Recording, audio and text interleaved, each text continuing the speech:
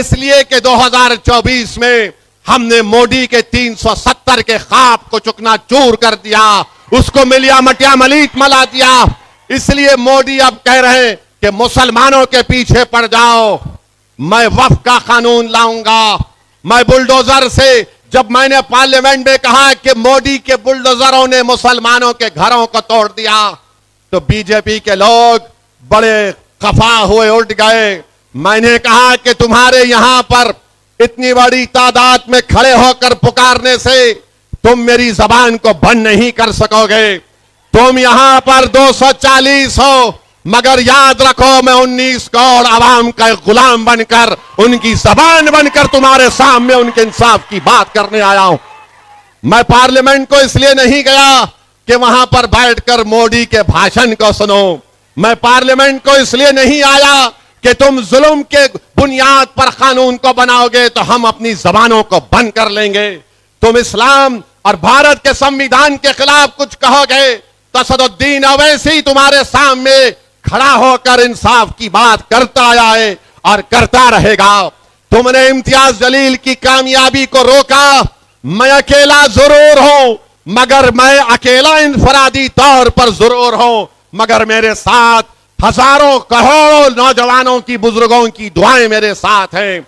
मेरे साथ इन नौजवानों के जज्बा है जो आज ये कह चुके हैं कि नौजवान पुकार पुकार कर कह रहा है, भारत का नौजवान चाहे वो मुसलमान दलित हो, अब मोदी हम तुझसे डरने वाले नहीं है। अब मोदी हम तुझसे डरने वाले नहीं है, हम कभी भी तुझसे नहीं डरे। अरे हम वो हैं मोदी जो सिर्फ अल्लाह से डरते और किसी के माई का लाल से नहीं डरने वाले हम। मेरे अजीज दोस्तों और बुजुर्गों, मेरे नौजवानों, आज आपको अपने इत्तेहाद को और मजबूत करना पड़ेगा। भारत में हम देख रहे हैं क्या हो रहा है। लातूर महाराष्ट्र में एक शख्स 2 व्हीलर पर जा रहा है, अपनी बीवी के साथ, अपने छोटे बच्चे और बेटे के साथ। रॉन्ग साइड से गाड़ी आती है, इसको टक्कर मारती है। यह शख्स कहता है कि अरे भाई, आप रॉन्ग साइड आकर हमको टक्कर मार दिए, जरा देख कर चलाना था। तो उस गाड़ी में बैठे हुए जालिमों ने कहा, तू मुसलमान है, तुझे सबक सिखाएंगे, और गाड़ी से उसकी बीवी और एक मासूम बच्चे को रौंद दिया। बीवी मर गई और एक मासूम बच्चा उसका मर गया। बताओ ये क्या हो रहा है हमारे देश में। मेरे अजीज दोस्तों और बुजुर्गों, ऐसे कई वाकयात हमारे मुल्क में हो रहे हैं। मेरे भाई, सिर्फ अखबारात में पढ़कर और असदुद्दीन ओवैसी की जबान से सुनकर तुम अफसोस का इजहार करोगे तो मेरी नजर में यह बुज़दिली की निशानी है। बहादुरों की निशानी यह है कि तुम मुत्तहिद हो जाओ, तुम अपने लीडर को पैदा करो। तुम गली से लेकर, पूरे मोहल्लों से लेकर, जिलों से लेकर, शहरों से लेकर, गांव से लेकर, एक एक जगह पर अपनी एक लीडरशिप को पैदा करो, तभी जाकर हम इस नाइंसाफी का मुकाबला कर पाएंगे। मेरे इज्जतदार मां और बहनों, मैं आपको यह कहना चाहूंगा कि आप अपने हौसलों को बुलंद रखिए। नौजवानों, तुम्हारी और हमारी आंखों ने देखा कि मध्य प्रदेश में हाजी शहजाद अली के 20,000 स्क्वायर फीट के घर को बीजेपी की हुकूमत ने, मोदी के बुलडोजरों ने हाजी शहजाद अली को सिर्फ इसलिए उसका घर तोड़ दिया कि हाजी शहजाद अली ने महाराष्ट्र में जिस शख्स ने रसूलुल्लाह सल्लल्लाहु अलैहि वसल्लम की शान में गुस्ताखी करने की कोशिश की, हाजी शहजाद अली ने एहतजाज किया और मध्य प्रदेश की गवर्नमेंट बीजेपी की 20,000 स्क्वायर फुट के घर को हाजी शहजाद अली के उसको तोड़ देती है। मेरे अजीज दोस्तों और बुजुर्गों, यही चीजें हैं जो हमको पुकार पुकार कर कह रही नौजवानों कि अगर तुम सिर्फ नारे लगाओगे, तुम सिर्फ सीटियां बजाओगे, इससे नतीजा नहीं निकलेगा। नौजवानों, नतीजा उस वक्त निकलेगा जब तुम अपनी पार्टी की लीडरशिप को मजबूत करोगे। नतीजा उस वक्त निकलेगा जब महाराष्ट्र के आने वाले असेंबली इंतखाबात में इम्तियाज जलील की क़यादत में अगर मजलिस इत्तेहादुल मुस्लिमीन के 8-10 MLA कामयाब होकर जाएंगे और मंजलिस के एमएलए कामयाब होकर जब महाराष्ट्र के असेंबली में जाएंगे और उसके बाद अगर कोई रसूलुल्लाह सल्लल्लाहु अलैहि वसल्लम की शान में गुस्ताखी करने की कोशिश करेगा, उसके बाद अगर कोई रोड पर चलने वाली हमारे एक मासूम को अपनी गाड़ी से रौंदेगा इसलिए कि मुसलमान है, तो फिर उसको मालूम होगा कि महाराष्ट्र के असेंबली में जब मंजलिस के एमएलए रहेंगे तो कोई माइका लाल ये हरकत नहीं कर सकता इंशाअल्लाह ताला। इम्तियाज जलील ने, जिसने रसूलुल्लाह सल्लल्लाहु अलैहि वसल्लम की शान में बकवास बकी, इम्तियाज जलील ने एहतजाज का ऐलान किया, तो हमारे ही सफों में बाज लोग मौजूद हैं जिन्होंने कहा कि इम्तियाज जलील इतना बड़ी रैली नहीं निकाल सकता। बाज बुज़दिलों ने कहा कि इम्तियाज जलील पब्लिसिटी के लिए कर रहा है। बाज बेवकूफों ने कहा कि नहीं नहीं, पुलिस पकड़ लेगी इम्तियाज जलील को। इम्तियाज जलील मुझसे बात किए, मैंने कहा सैयद इम्तियाज जलील, जब मजलिस ने ऐलान कर दिया एहतजाज का, जब मजलिस ने तारीख का ऐलान कर दिया, जब मजलिस इत्तेहाद अल मुस्लिमीन ने बता दिया कि औरंगाबाद से जुलूस निकलेगा, मैंने इम्तियाज जलील से कहा कि सैयद इम्तियाज जलील, जब तुमने और पार्टी ने ऐलान कर दिया, कोई आओ या ना आओ, तुम कम से कम अपनी गाड़ी में निकलो औरंगाबाद से। और दुनिया ने देख लिया कि महाराष्ट्र की तारीख में इतना बड़ा मुसलमानों का एहतजाज कभी नहीं हुआ था। औरंगाबाद से भिवंडी तक लोग बताते हैं कि 8 से 10 हजार गाड़ियों में फर्जंदाने तौहीद अपने रसूल सल्लल्लाहु अलैहि वसल्लम के गुलामी का तौख डाल कर निकले थे। दुनिया को बता रहे थे, जालिमों को बता रहे थे, मोदी और अमित शाह, मोहन भगवत को बता रहे थे कि हम अपने रसूल की अजमत के लिए निकले हैं। तुम समझ रहे थे कि हम नहीं निकलेंगे। हजारों की तादाद में गाड़ियों में निकलकर पूरी हाईवे को चक्का जाम कर दिया। दिल्ली परेशान, मोदी परेशान, अमित शाह औरंगाबाद में बैठे थे। अमित शाह को यह परेशानी लाहक हो गई कि औरंगाबाद से अगर हजारों गाड़ियों का काफिला निकलेगा तो मैं कैसे एयरपोर्ट तक पहुंच सकूंगा। मगर अल्हम्दुलिल्लाह मैं सलाम करता हूं उन तमाम लोगों को जिन्होंने लब्बैक कहा और अपने रसूल सल्लल्लाहु अलैहि वसल्लम की शान में जिसने गुस्ताखी करने की कोशिश की, एहतजाज पुरअमन हुआ। मेरे अजीज दोस्तों और बुजुर्गों, यही ताकत है मजलिस इत्तेहाद अल मुस्लिमीन की। इसी वजह से मजलिस को लोग कहते हैं इनको वोट मत डालो। अरे दुनिया ये समझ रही थी, ये तमाम महाराष्ट्र की नाम निहाद सेकुलर पार्टियां, ये शिवसेना शिंदे की, वो फडणवीस जो होम मिनिस्टर है बीजेपी का, ये समझ रहा था कि इम्तियाज को हमने हरा दिया। मगर इम्तियाज जलील ने बता दिया कि तुम इलेक्शन में पूरे मिलकर तुमने मुझको हरा सके, मगर मैं एहतजाज करने से तुम हमको रोक नहीं पाओगे। हम ताकत है हमारे पास, हम अपनी ताकत को जमहूरी तरीके से दिखाएंगे। मेरे अजीज दोस्तों और बुजुर्गों, महाराष्ट्र के मजलिस इत्तेहाद अल मुस्लिमीन के इस कामयाब एहतजाज के बाद महाराष्ट्र की तमाम पार्टियों को अब समझ में नहीं आ रहा है अब कैसे मजलिस के इस कामयाबी की तरफ बढ़ते हुए कदमों को रोका जाए।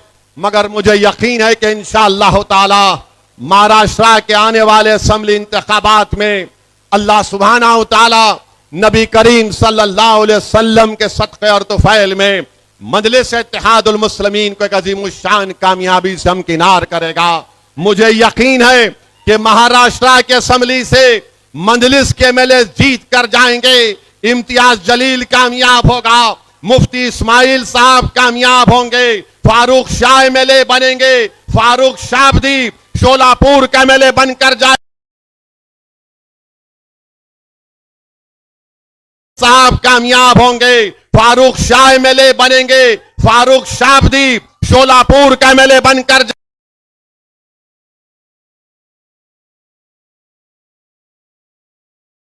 जाएगा। रईस लश्करिया मुंबई से इस जोगेश्वरी का में वफ का बिल कोई ला सकता था? मोदी एमपी कामयाब हो जाते तो क्या कोई वफ का बिल ला सकता था पार्लियामेंट में? मेरे भाई याद रखो, मैं जिंदा रहूं या ना रहूं, मगर तुम अपने जहनों में इस बात को बिठा लो नौजवानों, मुंबई से ही भारत की जमहूरियत में तुमको अगर अपनी बात को मनवाना है तो तुमको अपने एमएलएस की जरूरत है, तुमको अपने एमपीस की जरूरत है, तुमको अपने कारपोरेटर की जरूरत है, मेयर की जरूरत है, सरपंच की जरूरत है, जिला परिषद के मेंबर की जरूरत है, कानूनदानों की जरूरत है, डॉक्टरों की जरूरत है, टीचरों की जरूरत है। अरे हर मैदान में हमको अपना मौका बनाना है। सिर्फ यही नहीं है कि हम सिर्फ जलसों में आकर नारे लगाकर खुश होकर चले जाएं। नौजवानों, भारत के मुस्तकबिल में इन तमाम मैदानों में हमको अपना एक मुकाम पैदा करना। और वो मुकाम कैसे पैदा होगा नौजवानों? वो मुकाम सिर्फ असदुद्दीन ओवैसी की तकारीर सुनने से नहीं पैदा हो सकता है। वो मुकाम अगर हमको हासिल करना है हर मैदान में, हर शोबेजात में, हमको अपनी मस्जिदों को आबाद रखना है, हमको अपनी मस्जिदों को आबाद रखना है, हमको अपने घरों से बुराई का खात्मा करना है, हमको इत्तेहाद को मजबूत करना है, हमको अच्छे इंसान बनना है।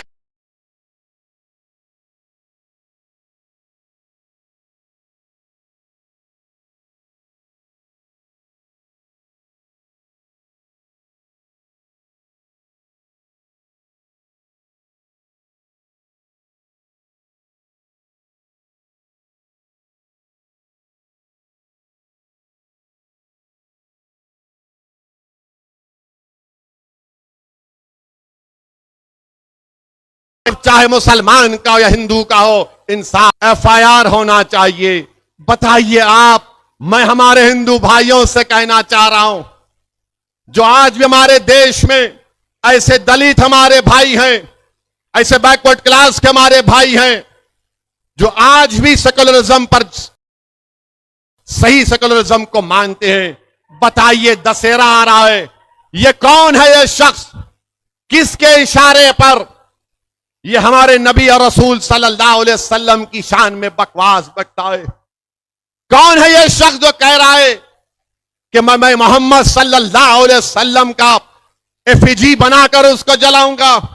कौन है ये शख्स जो कह रहा है कि शेर खुदा हजरत अली का एफिजी बनाकर जलाऊंगा? बताइए मेरे भाई, आखिर ये नफरत क्यों पैदा हो चुकी है? अरे बताओ, ये क्यों किया जा रहा है मोदी? बताओ मोहन भगवत, तुम्हारी जबान कब खुलती? मोहन भगवत, आरएसएस के सर संचालक का बयान आया कि भारत के हिंदुओं को मुत्तहिद होना पड़ेगा, तभी उनकी हिफाजत होगी। और मोहन भगवत अपने हिंदुओं से कह रहे हैं कि अगर तुमको मुत्तहिद होंगे तो जबान और कास्ट को खत्म करना पड़ेगा। मोहन भगवत से हम पूछना चाह रहे, मोहन भगवत, 10 साल से तो आपके चेले मोदी भारत के वजीर आजम है। 10 साल के वजीर आजम के दौर में बताओ मोहन भगवत, हिंदुओं को खतरा पैदा हुआ है?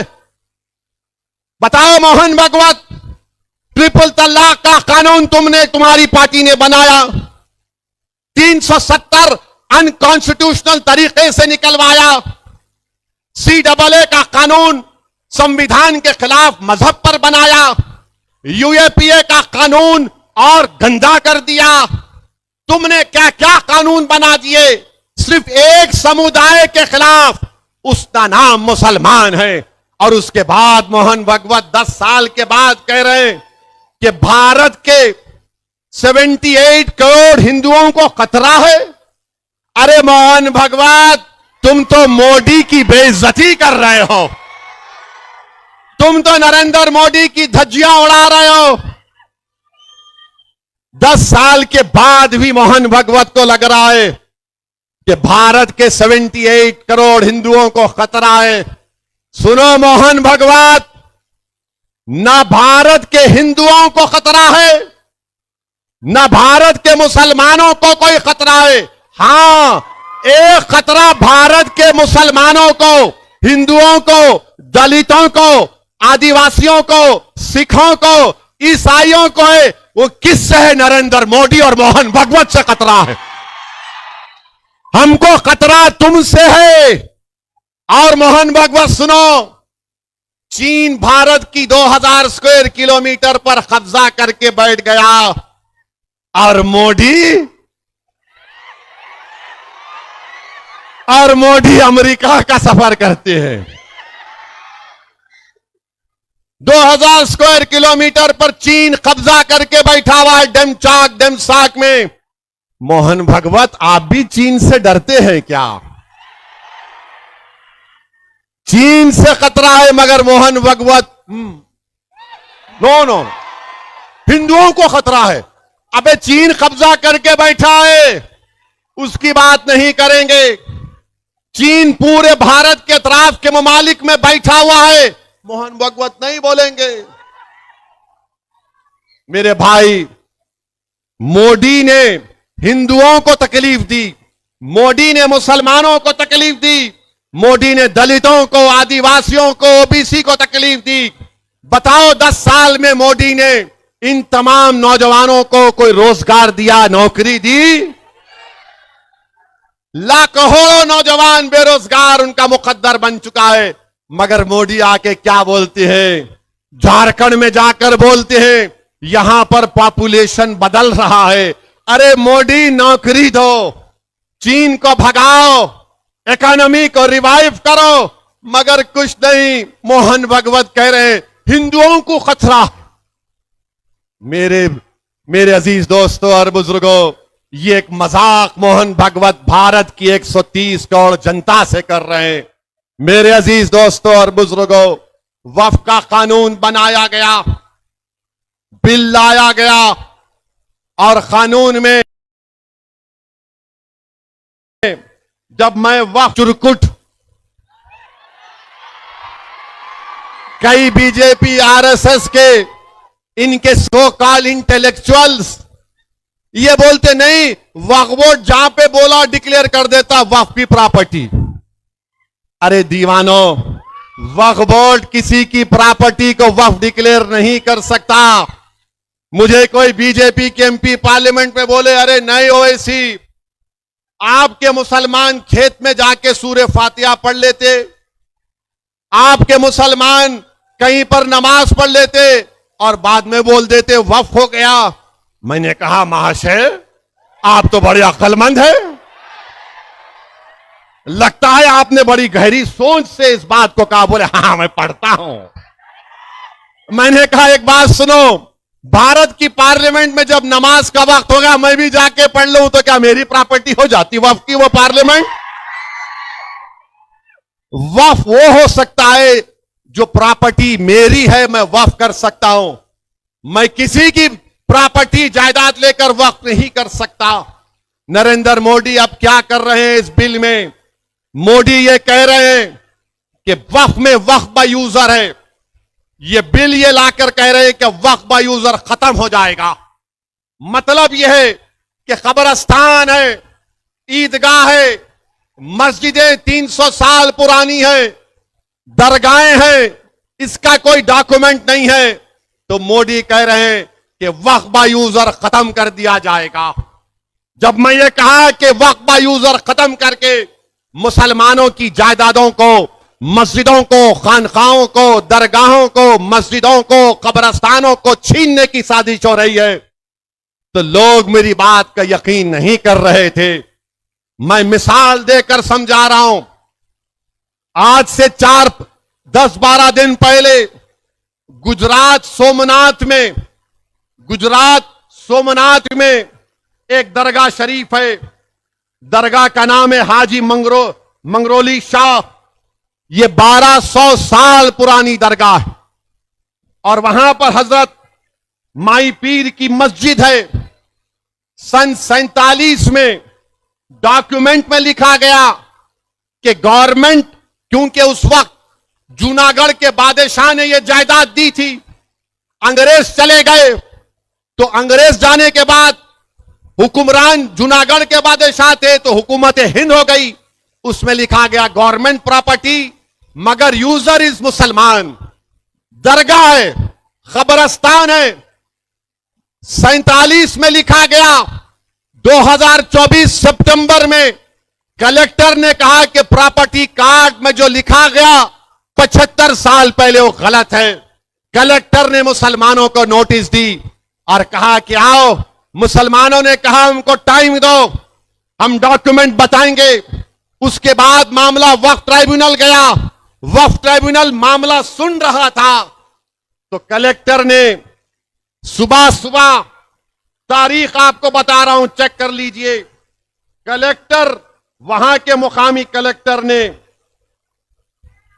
27 तारीख को, 28 सितंबर को सुबह 5 बजे बुलडोजर लाकर रात में कमेटी के लोगों को बातचीत करने के बहाने बुलाकर गिरफ्तार करके 1200 साल पुरानी दरगाह और मस्जिदों को, कब्रिस्तान को शहीद कर दिया।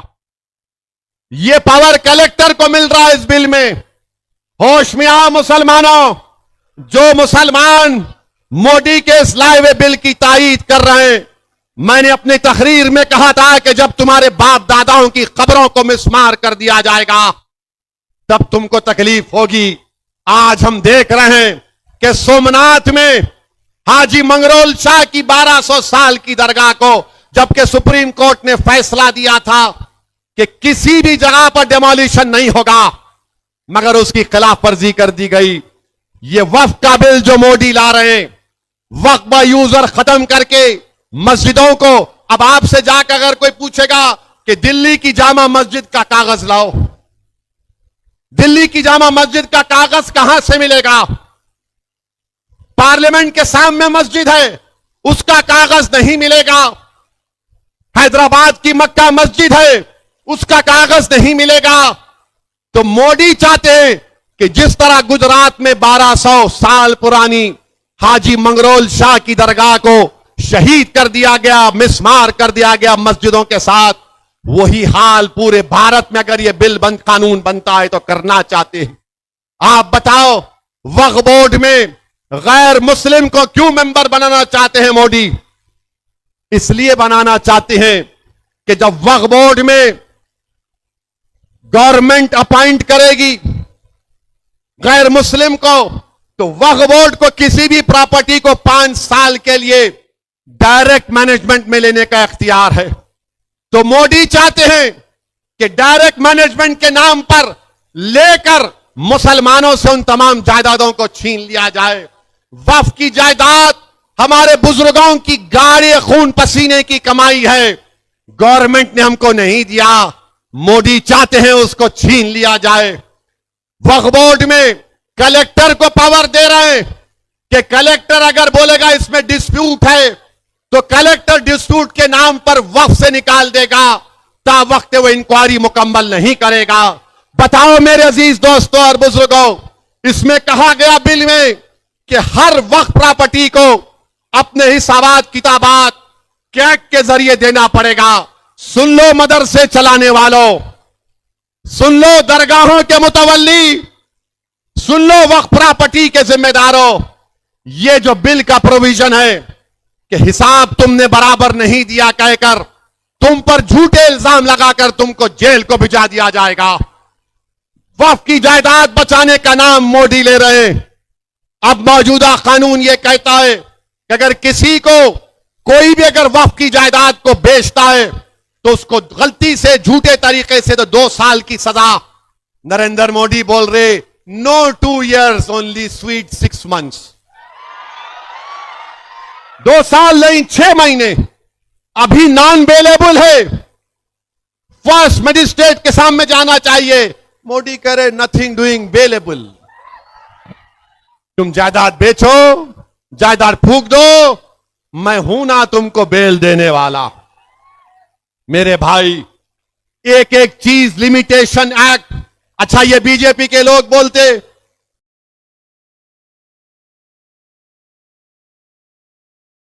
ये वक्फ यूजर नहीं है, सिर्फ मुसलमानों में है। को बता रहा हूं, तुम हिंदू लॉ की किताब लिखने वाले का नाम बीके मुखर्जी है। बीके मुखर्जी की किताब पढ़ो, उसमें लिखा हुआ है कि हिंदू धर्म में भी वक्फ यूजर है। हिंदू धर्म में B.K. मुखर्जी की किताब कानून की किताब है।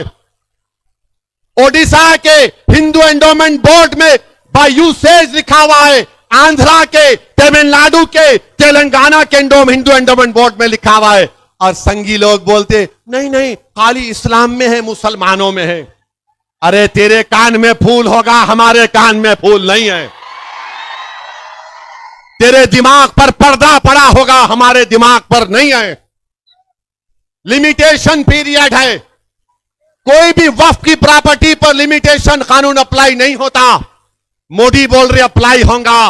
Hindu endowment board section 123 Telangana का पढ़ो। Limitation act will not apply on Telangana Hindu charitable endowment board. मगर मोदी बोल रहे हैं लिमिटेशन एक्ट अप्लाई होगा। क्यों अप्लाई होगा? क्योंकि जो 12 साल से किसी वक्फ की जायदाद पर काबिज है तो मोदी उसको मालिक बनाना चाहते हैं। और नरेंद्र मोदी मुंबई में, जो मुंबई की सबसे ऊंची बिल्डिंग है, सबसे ऊंची बिल्डिंग है, सबसे ऊंची बिल्डिंग है, वो एक यतीम खाने पर बनाया गया था। वक्फ के यतीम खाने पर बनाया गया था। 21 करोड़ रुपए देकर उसने खरीद लिया। और आज लोग बोलते हैं कि उसकी बिल्डिंग की कीमत करीब 2000 करोड़ के 1500 करोड़ की है। तो मोदी उसके बेटे की शादी में गए थे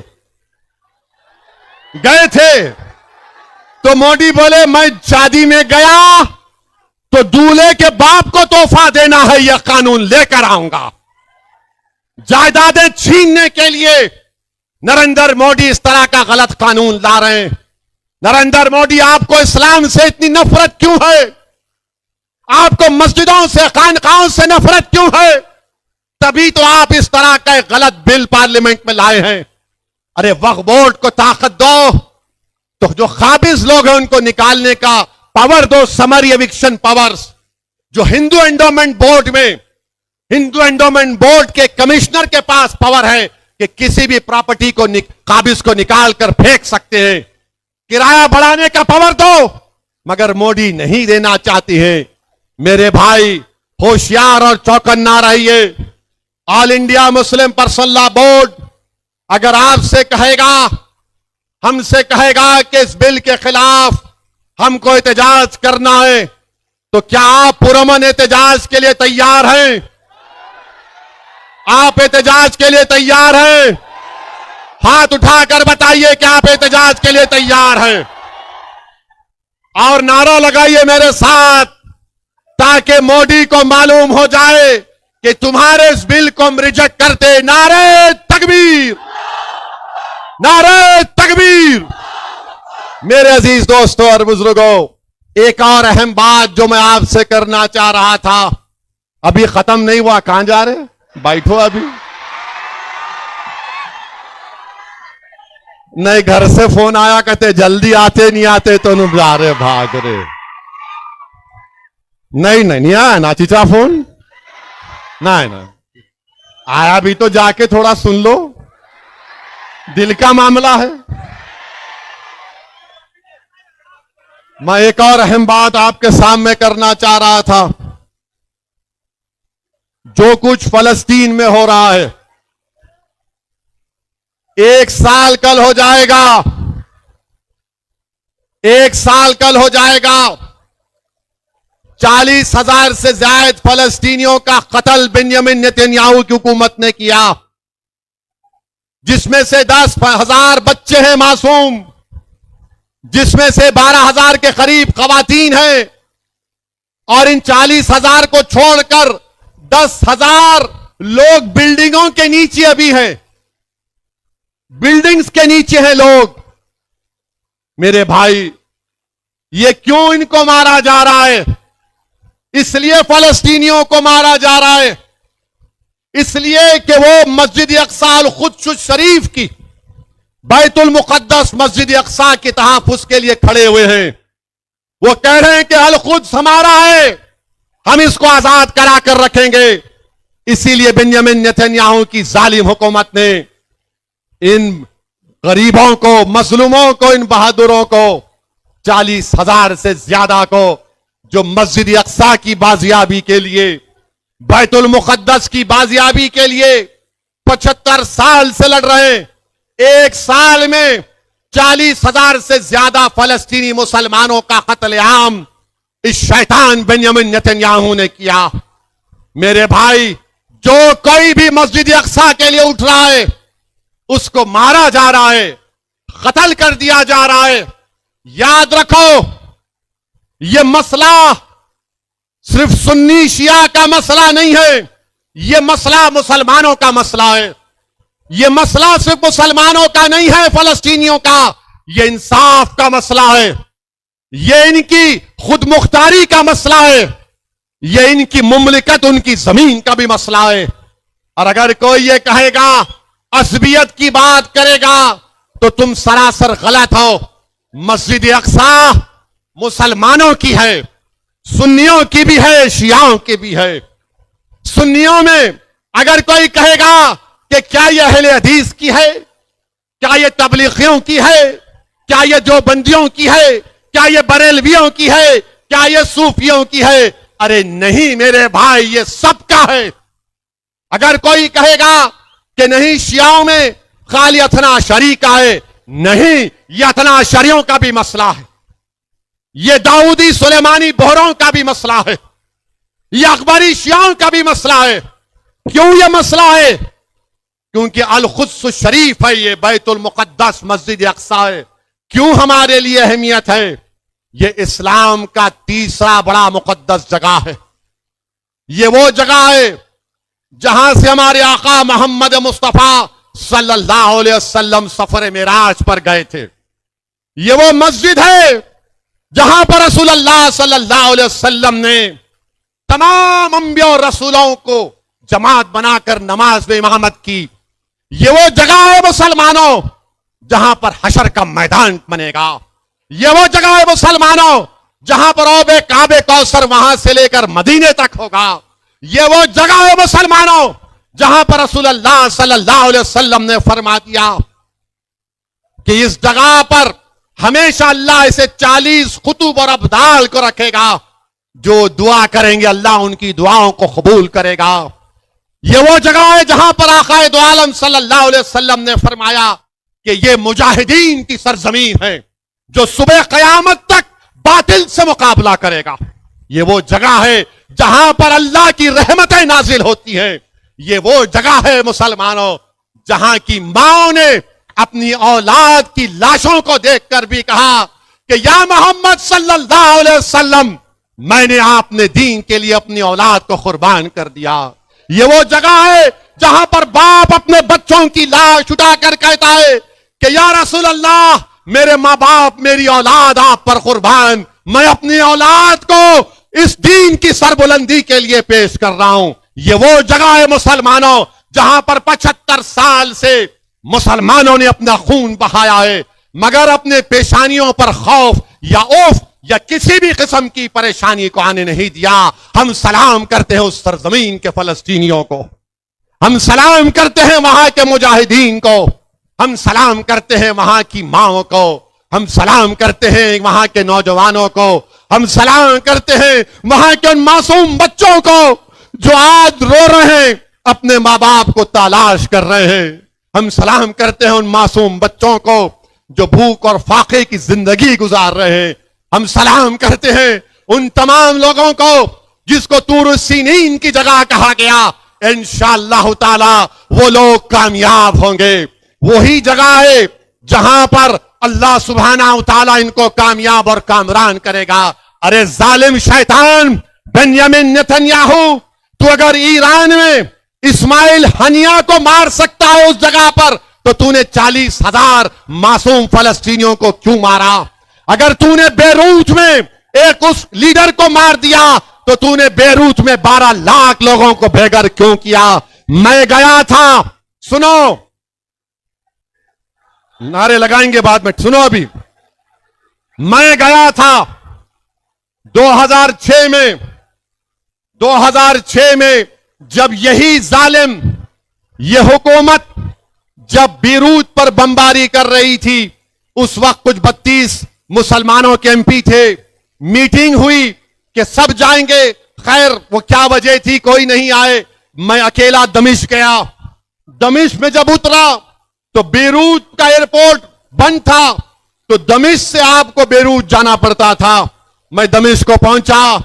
दमिश्क एयरपोर्ट पर इंडियन एम्बेसी का एक ऑफिसर आकर बोला कि ओवैसी साहब आप दूसरी फ्लाइट से वापस चले जाइए। मैंने कहा मैं नहीं जाऊंगा, मैं दमिश्क को आया हूं। मैंने कहा कि मैं जब दमिश्क को आ चुका हूं, मैं दमिश्क को देखना चाहूंगा। तो मुझसे कहा कि आप क्या देखना चाहेंगे दमिश्क में? तो मैंने कहा मैं दमिश्क में हजरत बिलाल की खबर पर जाना चाहूंगा। मैं दमिश्क में शहीदाने करबला के मज़ारात पर जाना चाहूंगा। मैंने कहा कि मैंने सुना कि यहां पर इब्न अल अरबी की भी खबर है, मैं वहां पर जाना चाहूंगा। मैंने कहा कि यहां पर इमाम हुसैन की बहन हजरत ज़ैनब का भी रोजा है, मैं वहां पर जाना चाहूंगा। तो उस वक्त के इंडियन एम्बेसडर या जो भी थे, उन्होंने कहा कि अगर आप दमिश्क में ही रुकेंगे तो हम आपके लिए एक नदवे के पढ़े हुए आलिम दीन थे जो दमिश्क यूनिवर्सिटी में अरबी की तालीम हासिल कर रहे थे, मुझे उनके साथ दे दिया। शायद वो कहीं अमेरिका लंदन में है मौलाना वो। खैर मैं इन तमाम मुकामात पर गया। हजरत ज़ैनब के रोजे पर गया तो हैदराबाद के हमारे लोग थे, बड़े खुश हुए। हाँ वहां पर मैं उस मस्जिद के पास भी गया जिसको मस्जिद उमैयद कहा जाता है। और अगर मेरा हाफिजा सही है तो अबू दाऊद शरीफ की हदीस है कि हदीस शरीफ में आया कि अल्लाह के रसूल सल्लल्लाहु अलैहि वसल्लम ने फरमाया कि इस जगह पर जब मुसलमानों की फौज होगी तो अल्लाह दोबारा हजरत ईसा अलैहि सलाम को भिजाएगा उसी जगह पर। मैं वो मस्जिद को भी देखा। फिर उसी मस्जिद के हाथे में एक ऊंचे मीनार में कमरा है जहां पर इमाम गज़ाली रहमतुल्लाह अलैह बैठकर अपनी किताब को लिखते थे। फिर मैं पूछा कि मुझे एक और जगह इस मस्जिद में देखना है। तो उस नदवे के आलिम दीन ने मुझसे पूछा कहां पर? मैंने कहा मैंने सुना कि यहां पर मेरा हीरो सलाहुद्दीन अय्यूबी की भी खबर है। तो मुझे कहा कि हां इस मस्जिद के हाथे में है। मैं सलाहुद्दीन अय्यूबी की खबर पर गया। और नौजवानों, मेरी कैफियत यह हो गई कि मैं एक छोटे बच्चे की तरह हिचकियां लेकर रो रहा था जब अपने आप को सलाहुद्दीन अय्यूबी की खबर के सामने देखा। और मुझे याद आ गया वो सलाहुद्दीन अय्यूबी की बहादुरी के कारनामे। नूरुद्दीन जंगी की भी खबर थी। खैर उसके बाद सुबह में मैं निकलकर बेरूत को गया। मैं बता रहा हूं बेरूत के वो जो वहां के लोग हैं वो मौत से नहीं डरने वाले हैं, वो मौत से नहीं डरते। ये मगरबी ममालिक के लोग अगर ये समझ रहे हैं कि 40,000 फलस्तीनियों को मारकर 12 लाख साउथ लेबनान और साउथ बेरूत के लोगों को बेघर करके वो उन पर गलबा हासिल करेंगे। अरे मैंने अपनी आंखों से देखा कि 15 माला बिल्डिंग है, डिमोलिश हो चुकी है, लोग अपना सामान निकाल रहे हैं। किसी ने उससे कहा कि ये हिंदुस्तान से आया है, तो मेरे पास आया और मुझे रोते हुए कहा कि मेरे भाई मुझे माफ कर देना। मैं उससे कहा कि मेरे भाई आपकी आंख में आंसू क्यों हैं? मेरे आंख में आंसू हैं इतनी बर्बादी को देखकर। उसने कहा कि मेरे दोस्त तुम हमारे मेहमान हो, हम तुम्हें कुछ भी नहीं खिला सकते, कम से कम ये चाय तुम पी लो और बिस्किट खा लो। जो लोग अपने घरों की बर्बादी को देखकर भी अपनी मेहमान नवाजी को नहीं बोलते, तुम उनको नहीं खत्म कर सकते जालिमों, तुम उनको खत्म नहीं कर सकते। अरे वो लोग मौत से मोहब्बत करने वाले हैं, ये मौत से डरने वाले नहीं हैं। ये जालिम बेंयामिन नेतन्याहू तू वहां पर मार रहा है बेरूत में, तू फलस्तीनियों को मार रहा है। इंशाअल्लाह ताला अन करीब में भी खुदरत तेरा खातिमा करेगी, इन जालिमों का अल्लाह खातिमा करेगा। तो मेरे अजीज दोस्तों और बुजुर्गों, हमको डरने और घबराने की जरूरत नहीं है, डरना नहीं है। देखो 40,000 से ज्यादा फलस्तीनी अपनी जान को कुर्बान कर चुके हैं और एक एक मरने वाले के मां बाप आलम इस्लाम को पुकार पुकार कर कह रहे हैं यह मसला सुन्नी शिया का नहीं है, यह मसला देवबंदी बरेलवी अहले हदीस का नहीं है, यह मसला मस्जिद अक्सा का है, बैतुल मुकद्दस का है। वो कह रहे हैं कि देखो हम तो अपनी जानों को कुर्बान कर रहे हैं, तुम कम से कम अपने आंख में आंसू लाकर अल्लाह से दुआ करो हमारे लिए कि अल्लाह हमको इन जालिमों पर गलबा अता कर दे। तो नौजवानों, क्या तुम फलस्तीनियों के लिए दुआ करोगे? क्या तुम फलस्तीनियों के लिए दुआ करोगे? क्या तुम मस्जिद अक्सा के लिए दुआ करोगे? क्या तुम बैतुल मुकद्दस के लिए दुआ करोगे? क्या तुम डरोगे जालिमों से? क्या तुम जालिमों से डरोगे? क्या तुम मौत से डरोगे? तुम अल्लाह से डरोगे? तुम अल्लाह से डरोगे? तुम किससे मोहब्बत करोगे? तुम रसूल अल्लाह सल्लल्लाहु अलैहि वसल्लम से मोहब्बत करोगे। तुम करोगे ना कमली वाले से मोहब्बत? हम सब करेंगे ना, क्योंकि हम उनका सदका खाने वाले हैं। हम उनका सदका खाने वाले हैं। तो डरने और घबराने की जरूरत नहीं है। और हम भारत के हमारे वजीर आजम से भी कह रहे हैं, मोदी जी ये बेंजामिन नेतन्याहू को समझाओ, सीज फायर करो। 12-15 लाख फलस्तीनी बेघर हो गए, मगर मैं देखा हूं उनके हौसलों को। ये मौत से डरने वाले नहीं हैं। उस सरजमीन पर बसने वाले अगर एक बच्चा भी होगा, सुन ले बेंजामिन नेतन्याहू, अगर एक बच्चा भी रहेगा फलस्तीनी, वो पत्थर उठाकर कहेगा अल्लाहु अकबर, अल्लाहु अकबर, अल्लाहु अकबर। मेरे अजीज दोस्तों और बुजुर्गों, मैं आखिर में हमारी रियासती हुकूमत से कुछ कहना चाह रहा हूं। अभी हमारे मजाज साहब ने कहा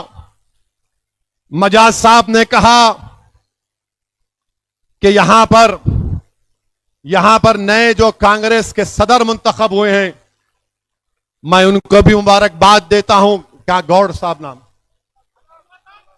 हाँ, महेश गौड़ को मुबारकबाद देता हूं। मगर हम उनसे भी कहना चाह रहे हैं, भारत में जो गरीब मुसलमान और दलित हैं, वो जो घर अपना बनाते हैं ना गौड़ साहब, गवर्नमेंट उनको जमीन नहीं देती। गवर्नमेंट उनको जमीन नहीं देती। हम अपने खून पसीने से एक साथ पर जमीन लेकर, हट जाइए, बैठो, आ जाओ, हाँ, बैठो, आराम से। छोड़ दो, आंदो, यहाँ आंदो, आ जाओ। हाँ, दूल्हे भाई बैठो, दूल्हे भाई को बिठा लो जरा। हाँ, तुम होश में, मैं भी बेहोश हूं, बैठो। अरे बाप, आ जाओ, आओ, क्या करते करो, आओ।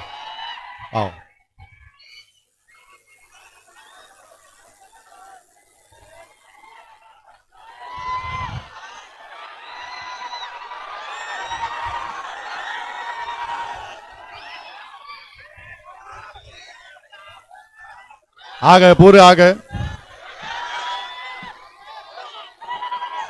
आराम से, मीडिया को डिस्टर्ब मत करो, उधर ना कोई छोड़ो, मीडिया को डिस्टर्ब मत करिए। अब आप क्या करें? अभी तोड़ के आ गए ना, तो जो कोई भी हमारे इत्तेहाद सामने ये लगा रहा उसको क्या करेंगे? हमारे इत्तेहाद के सामने आ रहा, क्या करेंगे? Very good. अब यहां खाली बोलना नहीं, करके दिखाना। हाँ, तो मैं आपसे ये कह रहा था, सुनिए जरा। हाँ, बैठो। अरे तुम लोग कहीं खड़े हो गए, बैठो। अपने हैं ये बच्चे, भाया है अपने, ये कुछ नहीं होता, बैठो। हाँ,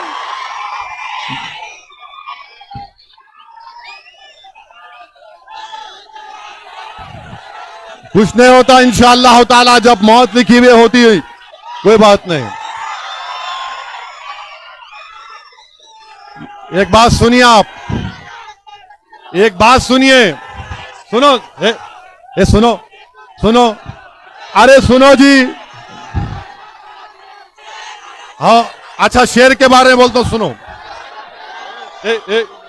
वो नहीं, सुनो सुनो,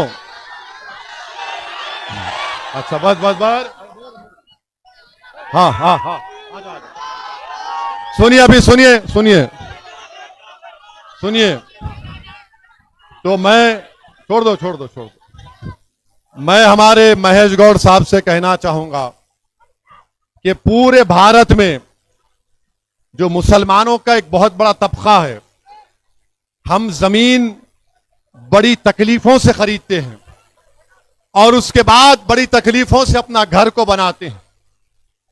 कोई सरकारों ने हमको कोई नहीं दिया, तो हम उनसे अपील करेंगे कि जो मजाज साहब ने जो कैनाल के बारे में कहा, वहां पर कोर्ट का स्टे है और कोर्ट के स्टे को और कानून को का पासो लिहाज रखकर हुकूमत फैसला करेगी। मैं हमारी हुकूमत से भी कहना चाह रहा हूं, आप ताजमहल बनाना चाहते बनाओ,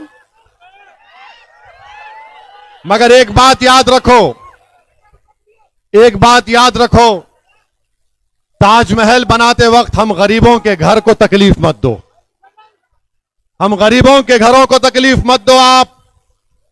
हम बड़े खून और पसीने से, अपने आंसुओं से हमारे घर की एक एक ईंट को बनाए हैं। हुकूमत का तो काम यह होना चाहिए कि कोर्ट को लोग जाने से पहले वो अच्छा फैसला करे। और कांग्रेस की हुकूमत तो 5 गारंटी दी थी ना, आप गारंटियों पर आपको वोट मिला, आप गरीबों की मदद करने के लिए आए हैं।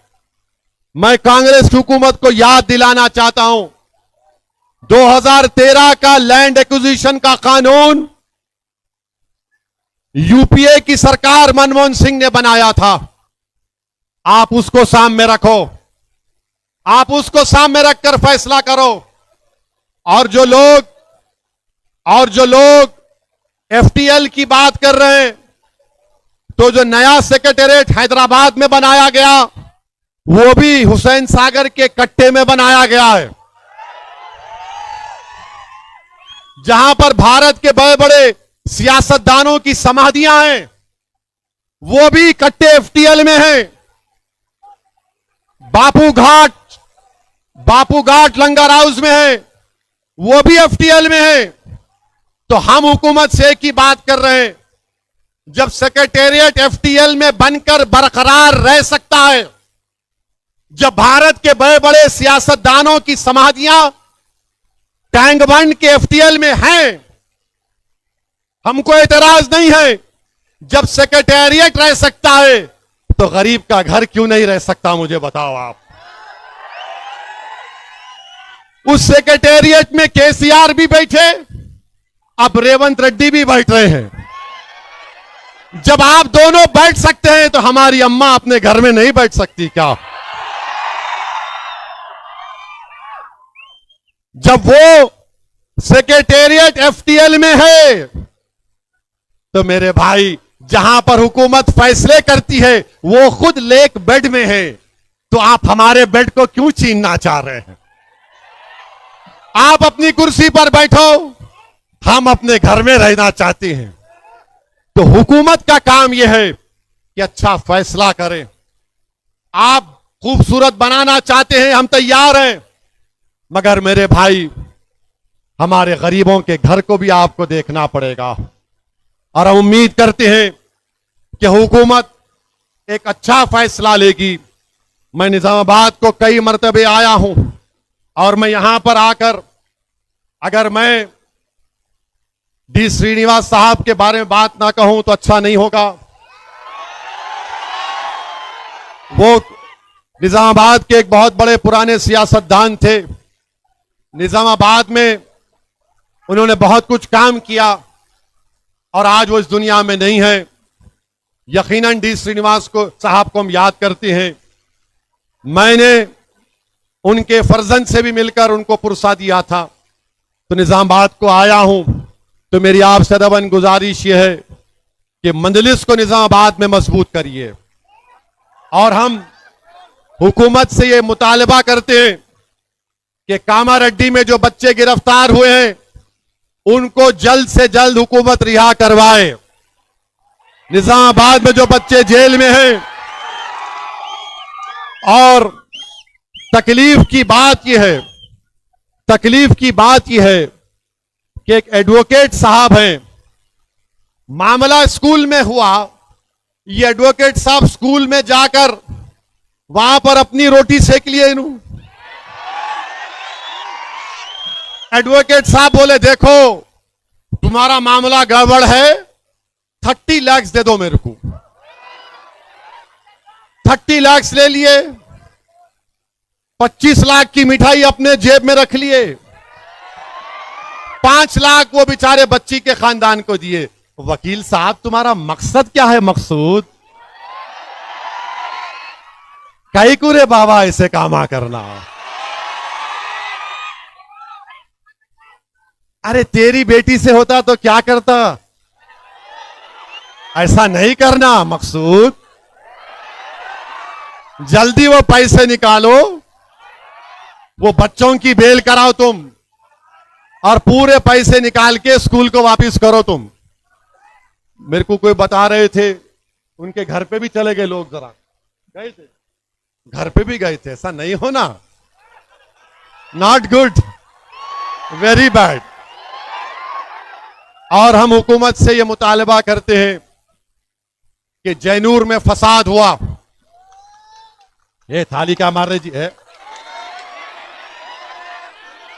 थाली मारते जी? है ठंडे हो गए क्या?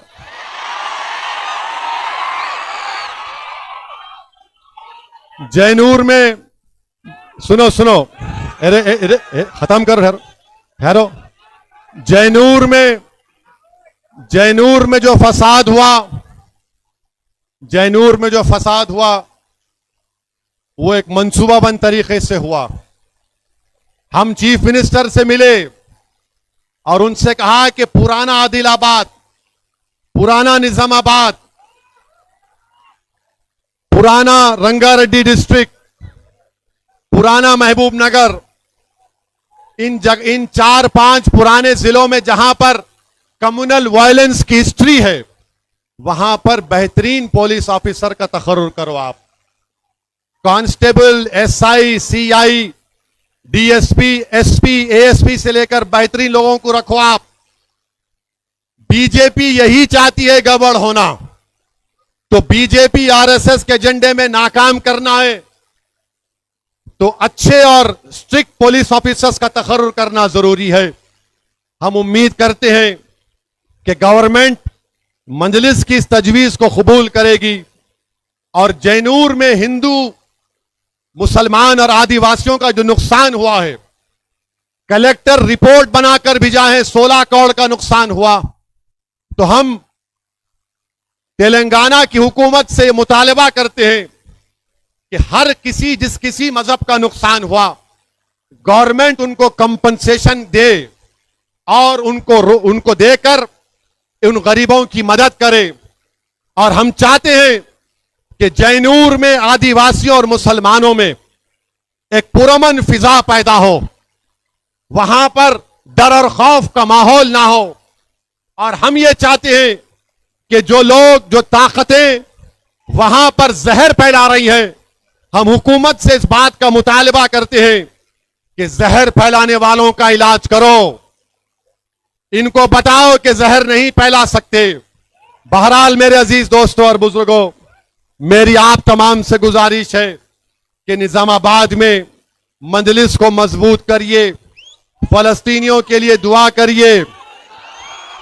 महाराष्ट्र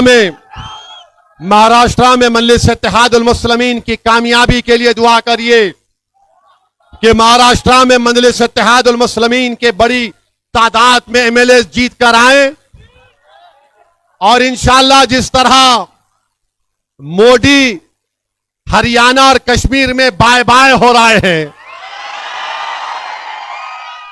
महाराष्ट्र में भी गुड बाय हो जाएंगे।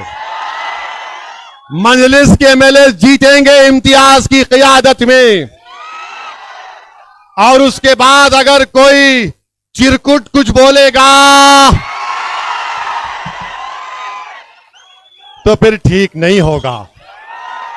तो आप कितनों के रिश्तेदार महाराष्ट्र में हाथ उठाओ। वो बहुत बड़ी तादाद है तुम लोगों की। जरा एक फोन मिला के बोलना, बोल देना महाराष्ट्र में आसमानों पे क्या फिरेंगी, महाराष्ट्र के आसमानों में क्या दिखेगा। जरा फोन करके बोल देना। वाखिर दावाना अल्हम्दुलिल्लाह रब्बिल आलमीन। अस्सलाम वालेकुम।